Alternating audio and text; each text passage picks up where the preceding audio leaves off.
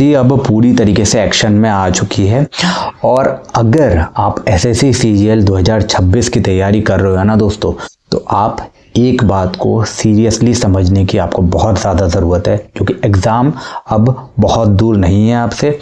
SSC का stenographer और selection post की जो डेट्स हैं वो सामने आ चुकी हैं दोस्तों, और जो एग्ज़ाम्स हैं लगातार होने वाले हैं, तो ये चीज़ आप ध्यान में रखनी है। आपको तैयारी बिल्कुल फुल नॉच पे रख दो। सीजीएल भी सितंबर के आखिरी हफ्ते या फिर आप मान लो अक्टूबर के पहले हफ्ते में स्टार्ट हो सकता है, और ये हाई चांसेस है। और अगर आपके पास सिर्फ और सिर्फ ना 30 से 40 दिन बचे हैं, तो आपको लेतलाई नहीं करनी है। तैयारी कैसे करनी चाहिए, ये सवाल बहुत सारे लोगों के मन में होगा। आज अपन लोग ना इस चीज़ को बिल्कुल प्रैक्टिकल तरीके से समझने वाले हैं। थोड़ा सा ध्यान से सुनना, और हाँ, कोई भी सवाल आता है आप लोग कमेंट करके पूछ सकते हो। पहले एक चीज़ समझो कि एसएससी के जो अपकमिंग डेट्स है, अपकमिंग एग्जाम्स है, सबसे पहले एसएससी की स्टेनोग्राफर की बात अपन लोग अगर कर रहे हैं, इसका जो एग्ज़ाम है वो 9 सितंबर से 12 सितंबर तक आपका शेड्यूल्ड है, ठीक है। इसके बाद एसएससी का जो सिलेक्शन पोस्ट है, एसएससी सिलेक्शन पोस्ट एग्ज़ाम, ये आ जाएगा 16 सितंबर से 26 सितंबर के बीच में होने वाला है, ठीक है। आप लोगों को इसको डेट्स को ध्यान में रखना है। मतलब एसएससी के जो एग्ज़ाम्स है वो लगातार शेड्यूल होने वाले हैं।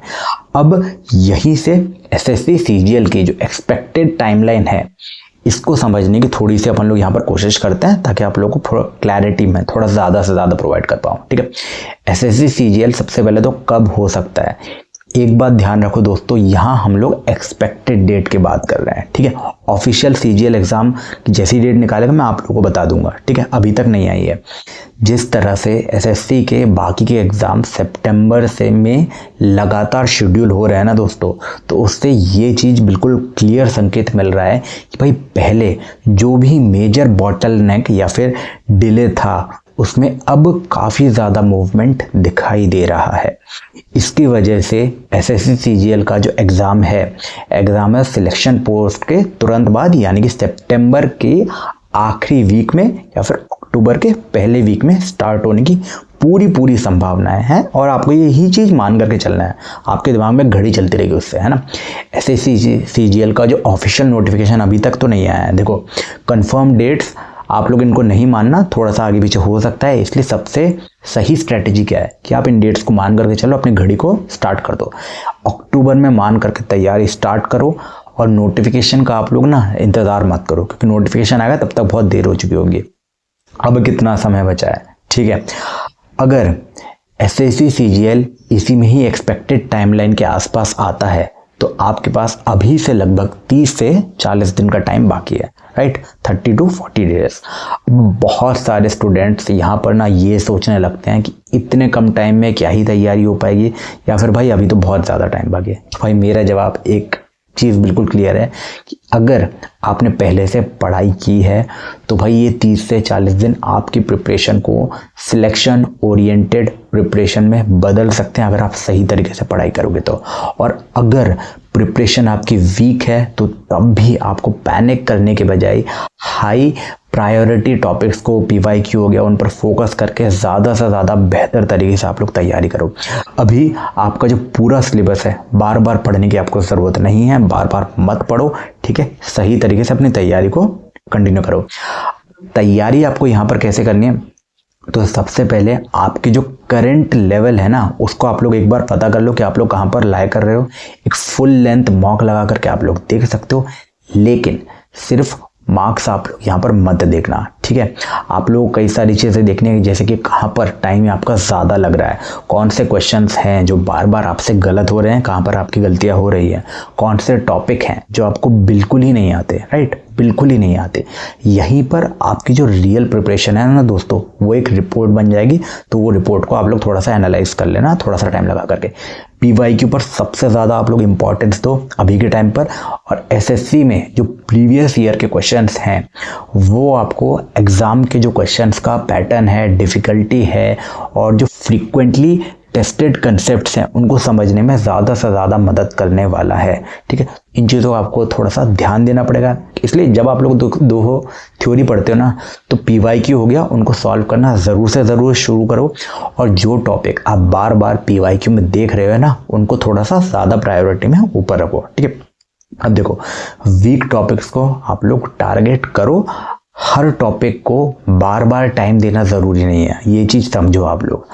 आपके पास लिमिटेड टाइम बचा है बहुत ज़्यादा, इसीलिए ठीक है आप लोग क्या करना है, जो स्ट्रॉन्ग टॉपिक्स हैं उनका रिवीजन करो और उनकी प्रैक्टिस करो, ठीक है। और जो आपके एवरेज टॉपिक्स हैं ना, उनके कंसेप्ट हो गया, उनका जो PYQ हो गया, जो वेरी वीक टॉपिक हो गए, उनको पहले से देखिए और कम टाइम में ज़्यादा से ज़्यादा इंप्रूव करने की उनकी कोशिश करो, क्योंकि यहाँ पर पॉसिबिलिटी है। हर चीज़ परफेक्ट करने के चक्कर में अपनी पूरी प्रिपरेशन को आप लोग स्लो मत कर देना। ये बात बस मेरा कहने का टाइम है, ठीक है। मेरा कहने का मतलब है रोज़ आप लोग प्रैक्टिस करो, मॉक का एनालिसिस करो और कोशिश करो ना कम से कम आप लोग एक मॉक ज़रूर लगाओ, नहीं तो 2 दिन में एक मॉक तो ज़रूर लगाओ और उसका एनालिसिस करो। मॉक का एनालिसिस बहुत ज़्यादा ज़रूरी है। मिस्टेक्स को आइडेंटिफाई आपको करना पड़ेगा, कंसेप्ट को रिवाइज करना पड़ेगा और बार बार उसको प्रैक्टिस करनी पड़ेगी, और ये साइकिल आप लोग रिपीट करो, ठीक है। यहाँ से आप लोग आगे बढ़ पाओगे।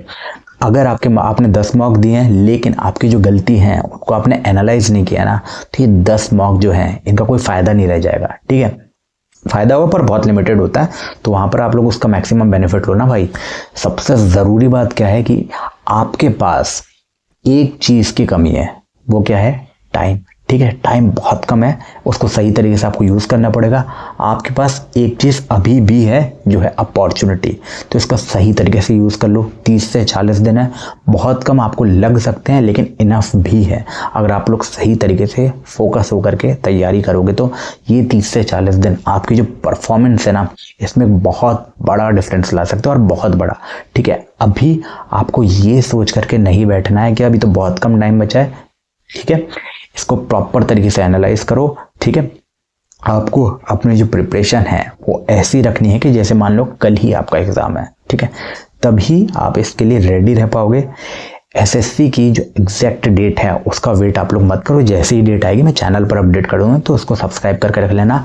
डेट आने के बाद तैयारी शुरू करने वाले स्टूडेंट्स और डेट आने से पहले तैयारी स्टार्ट करने वाले जो स्टूडेंट्स हैं, इनमें बहुत बड़ा फ़र्क होता है, और वो फ़र्क होता है कंसिस्टेंसी का और स्टार्ट करने का, ठीक है। अभी से आप लोग मोमेंटम बना करके रखो, और जब ये डेट आएगी ना तब आपका मोमेंटम बहुत ज़्यादा तीव्र गति से हो जाना चाहिए। आप लोग ज़्यादा से ज़्यादा मॉक दो, अपनी मिस्टेक्स को एनालाइज करो, और जो भी आपके मन में कोई सवाल आता है तो आप लोग मुझसे चैनल पर आकर के पूछ सकते हो। हालांकि पूरी अपडेट मैं यहाँ पर देता रहता हूँ।